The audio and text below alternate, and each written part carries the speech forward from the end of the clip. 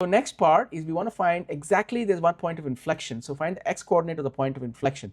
Now, the point of inflection basically is when you have the derivative and you calculate a double derivative. So the double derivative is the slope of the derivative that tells basically whether the function is concave up or concave down. And in that case, when the point of inflection is where it changes from concavity from up to down, so when we set that equal to 0, then that is when we receive the point of inflection.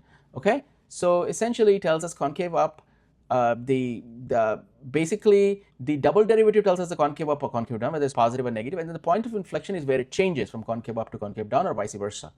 Okay, so but we have to set it to 0. So let's just give a quick example. Here is a graph. So we have a slope. This is more positive, less positive. So when you do double derivative, slope 2 minus slope 1, less positive minus more positive, more steep, you get a negative double derivative or less than 0. Whereas here, if it's this direction, then slope 1 and slope 2 minus slope 1 is less negative. This is less negative, this is more negative. So less negative minus more negative, it gives us a positive double derivative. So a double derivative is greater than 0. So that the double derivative sign tells us the concavity.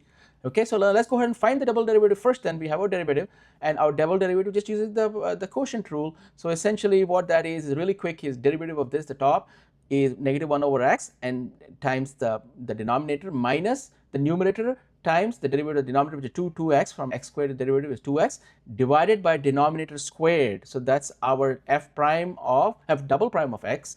And let's clean this up a little and then distribute, and then we can combine the x fact terms together and then take an x common, and now we can cancel an x out. So that's our double derivative right there. Now we set that equal to 0 to find the point of inflection.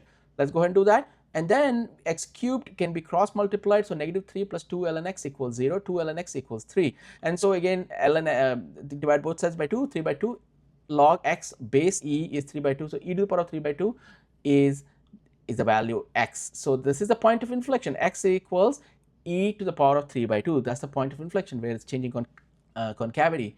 Okay, now finally last part is find limit f of x, x approaches 0 from the positive side. This is the original function. So let's look at ln of a really small positive number, because x approaches 0 from the positive side is a very small positive number divided by a really small positive number. Now ln of a really small positive number is a really large negative number.